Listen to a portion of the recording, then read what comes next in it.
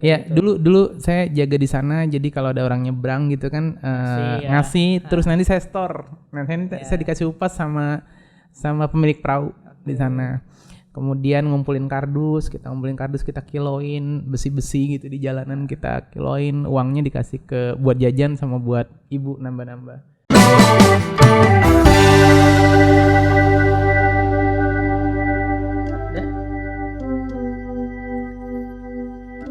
Udah boleh dibuka nih? Udah boleh dibuka. Ngap soalnya. Kantongin. Ya, Assalamualaikum warahmatullahi wabarakatuh. Waalaikumsalam warahmatullahi wabarakatuh. Selamat pagi, siang, sore, malam, subuh, maghrib buat seluruh sahabat kayak waktu azan. Ya, kayak waktu azan. Buat seluruh sahabat Eduholic di seluruh dunia nih, dari Sabang sampai Merauke, pokoknya di seluruh dunia. Apa kabarnya kalian semua? Semoga tetap sehat. Amin. Tetap bergembira, bersemangat buat menyambut masa depan. Nah, balik lagi kita di iPod. Apa tuh iPod ya? Educate Podcast. Nah, Oke. kita balik lagi nih ke iPod. Ini episode kita yang ketiga. Nah, kita udah... Oh, ini udah 3 kali ya? Udah 3 kali. Alhamdulillah. Kita datangin bintang tamu nih jauh-jauh. Kabarnya sih dari luar negeri. Saya nggak tahu dari mana.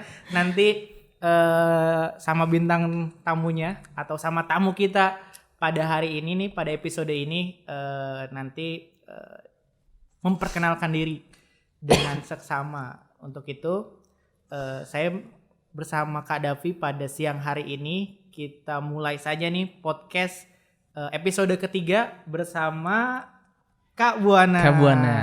Kabarnya nih Kak Buana dari luar negeri. Dari rumah sakit. Dari rumah sakit. Baru habis sakit nih. Alumni COVID. Tapi sudah melewati masa-masa kritis ya. Iya, alhamdulillah. Masa-masa kritis. Alhamdulillah, udah saya alumni rumah sakit, kalau Kak Davi alumni rumah ya. Karantina mandiri ya. Isman. Kalau bahasa rumah sakitnya Isman, isolasi mandiri. Gitu. Seluruh badan saya diisolasi semua di rumah. Ya, langsung aja nih kita minta tamu kita hari ini buat memperkenalkan diri kepada Kak Tribuana, atau kita simpelnya nih manggilnya Kak Buana ya. Kepada Kak Buana ya. Dipersilakan buat memperkenalkan diri. Oke, manggilnya apa? Eduholic ya? Eduholic. Oke, sahabat Eduholic dimanapun berada, perkenalkan nama saya Tribuana, biasa dipanggil Kak Buana. Ya. Saya dulu pernah kuliah di kampus UI ya, di jurusan Teknik Elektro. Siapa yang masuk jadi engineer di sini? Yang mau masuk teknik dan masuk UI? Ini ada alumninya nih. Nanti UI, kita gali keseluruhan. Ya, salah satu kampus idaman ya buat Eduholic semuanya. Mudah-mudahan yang emang berminat masuk UI kita bisa berikan inspirasi di sini. Iya. Gitu, Kak. Iya. Ada lagi, Kak, yang bisa di-share Udah. kita? Asal. Sebenarnya lagi di Jakarta, cuma saya lama di Kebumen. Ada yang tahu nggak Kebumen? Kebumen itu Kebumen terkenal nggak, Kak? Kalau diketik di Google udah ada. Dulu belum ada ya. Jadi itu sekitar 100 kilo dari Jogja ke arah ke arah mana ya? Ke arah barat. Ya, sebelum Jogja. Kalau di Jakarta tuh kayak Jakarta Bandung lah. Itu.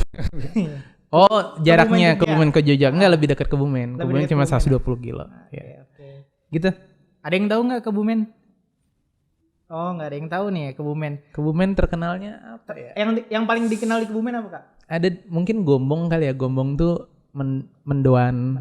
Ya, atau di Kebumen ada daerah Ambal namanya Sate Ambal ya. Kalau teman-teman Eduholic ke sana mampir, itu sate nggak ada di tempat lain kecuali di Ambal situ, di Kebumen. Gitu, Bos. Kak, saya nemu salah satu artikel nih, Kak. Apa tuh? Di internet. Ini 2019. Ini ada di News Detik. Nanti teman-teman Eduholic nih bisa searching. Minta tanggapannya nih tentang Kebumen. Kebumen termiskin di Jateng 2019. Tuh kayak gitu. Iya. Bagaimana tanggapan Kak Buana nih tentang kota? Iya. Jadi sejak saya sekolah di sana emang udah termiskin. Jadi kita juara bertahan. Dari 3 terbawah tuh nggak lari-lari dari situ. Ya memang ini kota kecil ya, kabupaten kecil di Jawa Tengah. Tapi kita banyak loh yang masuk UI. Ribuan sampai dengan sekarang. Oke. Nanti kita ulas juga nih tentang bagaimana nih dari kota kecil di Jawa Tengah. Setiap tahun ada Ini ratusan yang masuk ke di kampus UI. Detik 2019, teman-teman bisa cari artikelnya. Salah satu kabupaten termiskin, tapi nanti banyak nih diulas sama Kak Buana.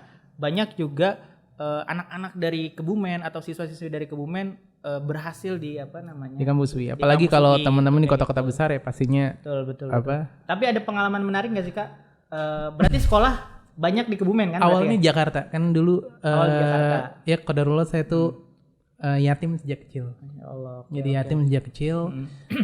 Ibu dengan 3 orang anak. Saya dulu sempat jadi pemulung. Percaya nggak Kak Davi? Nggak percaya. Nggak ya, karena udah keren begini ya. Pemulung, sempat jadi pemulung guys. Iya, jadi pada saat saya di Jakarta kebakaran waktu kecil sebelum TK itu. Orang tua kesulitan ya semuanya. Akhirnya saya nambah-nambah uang tuh dari jaga perahu. Kak Davi jaga perahu. Jadi perahu nyebrang ke kali gitu, nyebrang kali. Teman-teman Eduholic tuh kalau yang di Jakarta nih mungkin masih ada kali ya sekarang ya. Beberapa sih. Kalau jalan-jalan ke daerah Angke, asal saya juga dari Jakarta Barat nih. Jadi banyak tuh perahu-perahu yang ditarik. Tapi mulai kesini sih mulai ditertibkan sih itu. Ya, dulu saya jaga di sana. Jadi kalau ada orang nyebrang gitu kan ngasih terus nanti saya store. Nah, saya dikasih upah sama pemilik perahu di sana. Kemudian ngumpulin kardus, kita kiloin, besi-besi gitu di jalanan kita kiloin, uangnya dikasih buat jajan sama buat ibu nambah-nambah. Itu dulu masa kecil ya. Jadi biasa. Ya alhamdulillah perjalanan hidup Kak Davi. Jadi ada yang naik Gojek, ini Kak Buana naik perahu guys. Buat orang nyebrang. Dulu belum ada Gojek ya. Nah kemudian biar nggak muter kan berarti kan ya, biar nggak muter atau dia biar nggak berenang. Iya nggak mungkin berenang juga. Kalinya di Jakarta hitam. Jadi kalau pas banjir ya kita berenang di sana waktu masih kecil.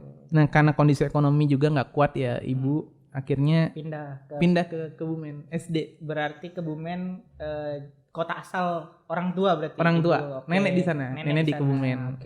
Saya dibawa ke Kebumen, sekolah dari SD, SMP, SMA di sana. Nah, kuliah balik lagi ke mana? Ke Jakarta.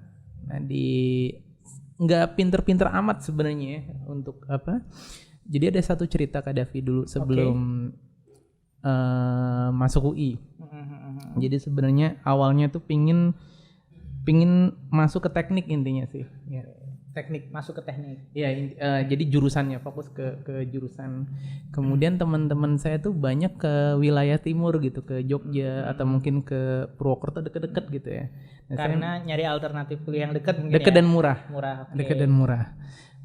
Lebih terjangkau lah gitu kan, karena anak-anak Kebumen rata-rata kan middle low ya. Jadi nggak seperti teman-teman yang di kota besar dengan fasilitas gitu. Nah, saya artikelnya sih gitu sih tadi. Oh gitu ya. Nah, saya pernah ditanya saya dulu ya boleh dibilang ya duduk tuh di belakang gitu. Bandel lah. Jadi kalau upacara bendera tuh saya nggak pernah datang. Sering ini ya. Sering lompat pagar gitu, lompat pagar. Pramuka saya nggak suka tuh dulu. Suatu saat saya lagi mainan di belakang, main catur ya. Sama teman-teman gitu. Itu ada guru ini killer banget. Ya, tapi ini guru bagus sebenarnya, guru baik lah. Itu manggil. Ini yang mainan di belakang gitu kan. Saya dipanggil ke depan. Kamu masuk mana gitu. Saya dengan bangga dengan teknik mesin, saya bilang teknik mesin. Guru tersebut ya, semoga Allah berkahi. Nerusin Kak Davi. Teknik mesin jahit ya gitu. Wah itu langsung saya keringet dingin depan. Malu. Soalnya ada orang yang saya suka. Ya kan merasa dihina kita. Mungkin saya cek di internet nggak ada teknik mesin jahit di UI, di kampus-kampus mana nggak ada. Kalau kursus mesin jahit ada. Kalau perlu di teknik mesin jahit nggak ada ya. Nah dari situlah saya bertekad gitu ya, tekad untuk gimana caranya saya bisa buktiin nih ke beliau dan teman-teman semuanya bahwa saya bisa nih jadi mahasiswa UI. Dan akhirnya alhamdulillah ya sampai situ dulu. Itu awal motivasi terkuat gitu. Jadi seringkali tuh ejekan, ya mungkin guru tersebut nggak bermaksud ngejek ya, mungkin lucu gitu ya. Tapi mungkin pada saat itu saya meresponnya sebagai sebuah hal yang satu sisi ada positif gitu Kak. Kita sering dikatain gitu, justru jadi kita termotivasi. Gitu. Mesin jahit guys. Mesin jahit. Teman-teman Eduholic nih. Kamu masuk teknik mesin jahit tuh kayak gitu. Nah, ini Kak Buana. Ya kira-kira gitu. Dari ini ya, dari ejekan tapi dijadikan. Mungkin bukan ngejek ya, karena beliau kan juga guru ya. Maksudnya mungkin meledek mungkin enggak. Bukan, enggak. Apa ya? Mungkin maksudnya membuat suasana jadi cair gitu ya. Atau karena saya lagi bercanda sehingga beliau menghukum saya dengan posisi itu gitu. Ya. Tapi apa yang ngebuat Kak Buana ini termotivasi buat nyebut wah teknik mesin nih, apalagi UI ya. Ini saya baca artikel di 4icu.org. UI itu ini salah satu website pendidikan Kak ini. Ini bukan website yang lain-lain ya. Di sini ditulis ranking universitas di Indonesia ya. Di dunia apa Indonesia? Di Indonesia. Ini di ranking di Indonesia tapi base-nya top dunia. Nah, UI itu termasuk peringkat 5 besar lah dan termasuk ranking kedua tuh kayak gitu. Nah, boleh banget yang ngebuat Kak Buana pede tuh, apalagi di sekolah tadi kan cuma ada 3 orang, bisa nggak nih masuk? Apa sih yang ngebuat apa itu cuman pede aja gitu? Apa sih yang ngebuat UI itu jadi top of mind nih di kepala, ditanya sama guru jadi jawabnya UI itu kayak gitu. Jadi emang saya punya tipikal dari dulu tuh emang nggak seneng dengan yang orang-orang suka. Oke. Jadi emang kayak nyeleneh gitu ya. Orang-orang ke mana? Orang-orang masuk tepat waktu saya tuh sering memperlambat diri gitu injury kan. Injury time. Orang teman-teman wajib pakai sepatu hitam gitu ya. Saya pakai sepatu hitam ada jeleret putihnya. Akhirnya dipanggil sama guru. Orang seneng rambutnya rapi gitu, saya gondrongin dikit gitu lah. Jadi saya sering banget dipanggil ke BK kan. Nah sama mungkin ini motivasinya ke UI adalah karena orang-orang teman-teman saya itu rata-rata pinginnya ke UGM, ke Unsud gitu, mentok-mentok ke Semarang gitu kan, ke ITB di Bandung. ITB juga cukup favorit kan di sana. Nah mungkin ide awalnya tuh kepingin berbeda aja. Kepingin berbeda gitu. Sampai terlihat berbeda. Iya itu waktu zaman dulu ya. Dan apa namanya? Kalau bahasa ininya thing different gitu ya, tapi kalau ya namanya anak-anak mungkin teman-teman Eduholic sering kanan kiri gitu ya, lihat orang anak yang cenderung cari perhatian atau kelihatan menonjol gitu ya. Dan dia cuma pingin berbeda aja sebenarnya. Jadi pada masa itu mungkin ya, yang masuk UI ini sedikit. Kak Buana nyebut UI mungkin orang-orang pada ngeliat, mau masuk UI nih. Mungkin seperti itu ya. Iya, mata-mata memandang waktu itu sih kayaknya emang bisa ya gitu. Nggak mungkin gitu kan. Orang saya sendiri juga nggak percaya pada waktu itu. Bener nih gue mau masuk UI gitu kan. Setelah itu terlontar, next stepnya nih Eduholic nih, persiapannya. Yang paling penting adalah satu kan goalsnya dulu ya.